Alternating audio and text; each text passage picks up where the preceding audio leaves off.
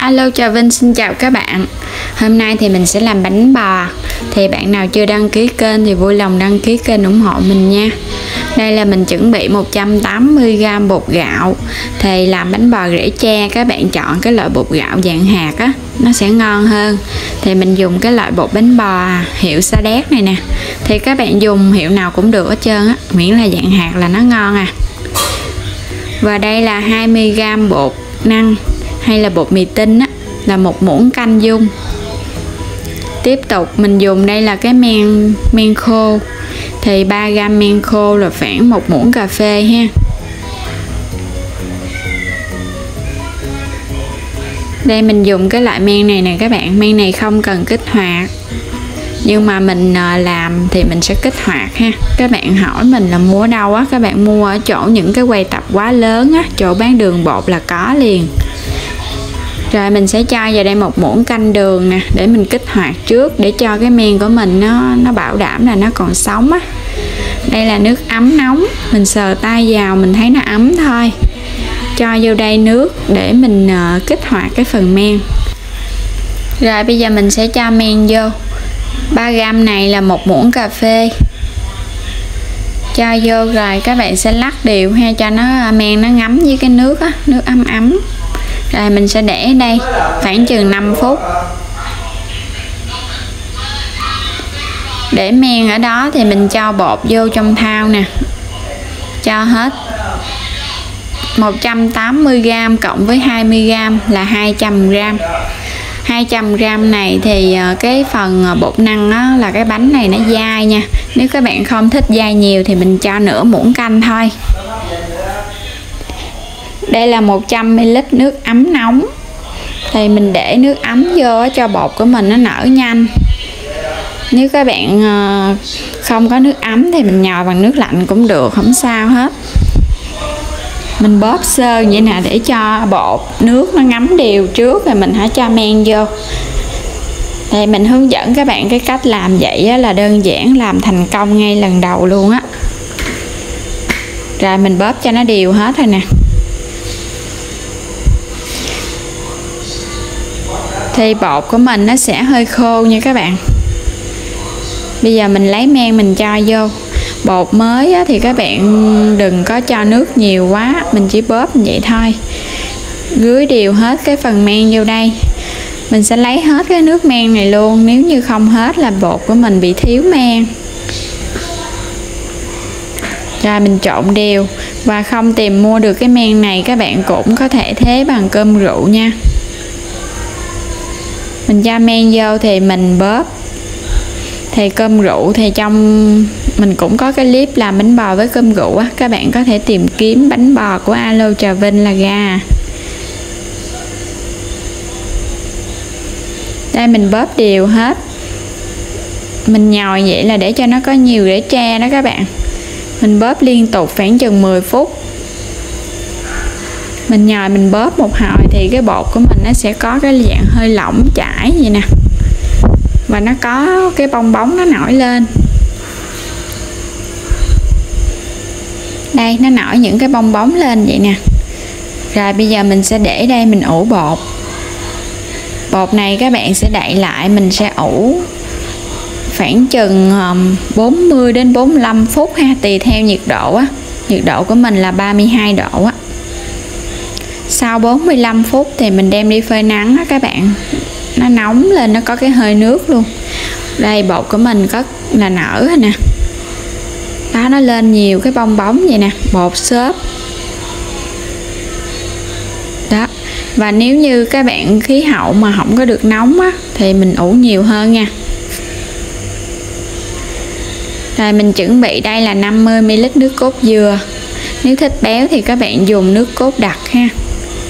100g đường và một ít muối. Đường này thì các bạn có thể tăng hoặc là giảm, tùy theo thích ngọt nhiều ngọt ít. Cho hết 100g đường vô, mình sẽ nấu đường cho nó tan với nước cốt dừa. Cho muối vô luôn. Muối để cho bánh bò của mình nó có cái vị đậm đà. Rồi các bạn bắt lên bếp, mình vừa nấu vừa khuấy với lửa nhỏ, khuấy cho đường nó nóng và nó tan là được, không cần sôi. Rồi vậy là được rồi nè các bạn, tắt bếp liền, không cho nó nóng nhiều quá. Mình sờ vô mình thấy nước đường của mình nó nóng khoảng chừng 40 đến 50 độ thôi là được. Mình cho trực tiếp vô trong bột luôn và rưới đều vô bột. Nếu như các bạn lỡ tay mà nấu hơi nhiều á, thì mình để cho nó nguội bớt nha, đừng có cho vô nó chết men. Khuấy đều. Nước cốt dừa này á, thì mình vô nó béo lắm. Nếu các bạn không có nước cốt dừa có thể thay bằng sữa tươi không đường. Mình khuấy đều rồi mình sẽ đánh bột nè. Mình dùng cái muỗng á, các bạn đánh liên tục vậy nè, để cho bánh của mình nó có nhiều rễ tre. Mình đánh liên tục khoảng chừng 3 đến 5 phút. Rồi bây giờ mình đậy nắp lại, mình ủ lần 2 là 30 phút. Sau 30 phút ủ lần 2, hoặc là các bạn có thể kiểm tra thấy bột của mình nó sủi tăm bọt lên á, nó có những cái bong bóng bọt nó sủi lên vậy nè là được nè. Và tùy theo thời tiết nên cái thời gian ủ nó khác nhau. Đây có những cái bong bóng nhiều. Rồi mình sẽ khuấy đều lại. Khuấy đều cái phần bột này và bột của mình nó sẽ có cái dạng hơi lỏng lỏng sệt sệt. Các bạn đừng có cho nó lỏng quá mà cũng đừng có đặc quá. Vậy là được nè. Vừa luôn. Rồi hôm nay thì mình sẽ nướng những cái khuôn nhỏ nhỏ vậy nè. Nướng đây là cái khuôn bánh khọt á. Mình làm nóng khuôn trước ha, rồi mình cho bột vô. Cho bột vô cho nó bằng cái mặt khuôn là được rồi. Các bạn có thể nướng bằng những cái chảo chống dính nhỏ nhỏ.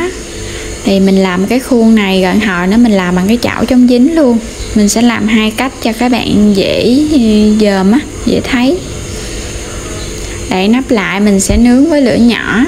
Thì mình nướng đây khoảng chừng 15 phút với lửa nhỏ. Và để canh thời gian thì cho cái bánh nó vàng là được à. Đó, bây giờ nó lên hơi rất là nhiều rồi nè. Rồi tiếp tục bên đây á, thì mình sẽ cho vô trong cái chảo chống dính nè. Mình cũng làm nóng cái chảo trước nha. Các bạn thoa một lớp dầu vô chảo á, cho nó nóng cái chảo trước rồi mình hãy cho bột vô. Cho bột vô thì đối với cái chảo các bạn phải để một chút xíu ha, cho nó lên bọt một cái rồi mình hãy đậy nắp lại. Đó, nó lên những cái bong bóng vậy nè, rồi mình hãy đậy nắp lại. Vậy á, thì cái bánh của mình nó có nhiều rễ tre. Đậy nắp lại mình cũng nướng với lửa nhỏ khoảng chừng 20 đến 25 phút. Quay qua cái khuôn nhỏ này. Mình nướng được 15 phút rồi đó. Wow, cái bánh nó vàng ngon rồi nè các bạn. Mình nhớ ha, trong lúc nướng mình nhớ canh chừng không thôi nó bị khét. Và nhớ xoay á. Nướng bếp ga thì mình hơi cực một chút là phải xoay cái khuôn, không thôi là nó có chỗ khét, có chỗ thì chưa chín. Rồi mình nướng tiếp cho nó vàng thêm một mặt nữa. Cái chảo bên đây thì cũng được rồi các bạn. Nó vàng xung quanh này nè. Mình đậy bằng cái nắp kiến á, nên mình dễ quan sát. Mình thấy nó vàng á là mình dỡ nắp ra, mình canh bánh, không thôi là nó bị khét. Mình sẽ chở bề nè các bạn, nhìn rất là vàng ngon rồi nè ha. Mình xay cái chảo á, để lửa thiệt là nhỏ và xay cái chảo là nó ngon vậy đó. Nướng tiếp khoảng chừng 10 phút nữa cho nó vàng thêm một mặt kia. Rồi đủ thời gian rồi, bây giờ bánh của mình ngon lắm rồi nè. Thơm nước cốt dừa lắm luôn. Bánh chín rồi. Rồi mình sẽ lấy bánh ra nha các bạn. Cái mặt kia nó vàng là được rồi. Đây là những cái khuôn bánh nhỏ nè. Nhỏ nhỏ rất là dễ thương. Mà bánh của mình xốp. Mình xơm vô á, mình thấy nó không dính cái tay tăm nữa là bánh nó chín ha. Và bánh mềm, dẻo. Đây mình sẽ cắt cái bánh bự cho các bạn xem nè. Cái bánh càng lớn thì rễ tre càng nhiều. Còn mấy cái bánh mà cái khuôn nhỏ nhỏ thì cũng có rễ tre, nhưng mà mình thấy nó sẽ không rõ bằng á. Đây rất là nhiều rễ tre ha. Cái bánh này mình đổ cũng mỏng đó, nếu như mình đổ dày hơn là rễ tre rất là nhiều luôn. Đó, rễ tre đầy cái bánh luôn các bạn. Cái bánh mà muốn có rễ tre nhiều á là các bạn phải đánh bột cho nhiều và nhồi bột nhiều là bánh có nhiều rễ tre. Cái bột bánh rất là trong.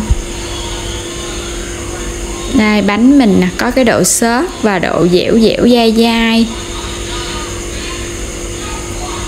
mềm ha, không bị cứng. Bánh ăn rất là ngon, béo nước cốt dừa, cái độ ngọt rất là dừa luôn. Và trong bánh bò nướng á, thì mình nghe được cái mùi thơm ngon hơn so với cái bánh bò hấp. Và cái bột nó sẽ dai hơn so với bánh bò hấp. Đây, cái bánh nhỏ nè các bạn, cũng rất là nhiều rễ tre nè. Bột trong khe luôn, rất là ngon. Và mình chúc các bạn có cái món bánh bò nướng theo công thức mình nha. Rất là đơn giản, dễ làm, thành công ngay lần đầu luôn. Và đừng quên đăng ký kênh ủng hộ mình, chia sẻ nhiều video ủng hộ mình nữa nha. Và nếu như có góp ý cũng như là muốn mình làm thêm cái clip gì thì vui lòng để ở phần bình luận bên dưới nha các bạn. Xin chào, hẹn gặp lại các bạn ở video tiếp theo.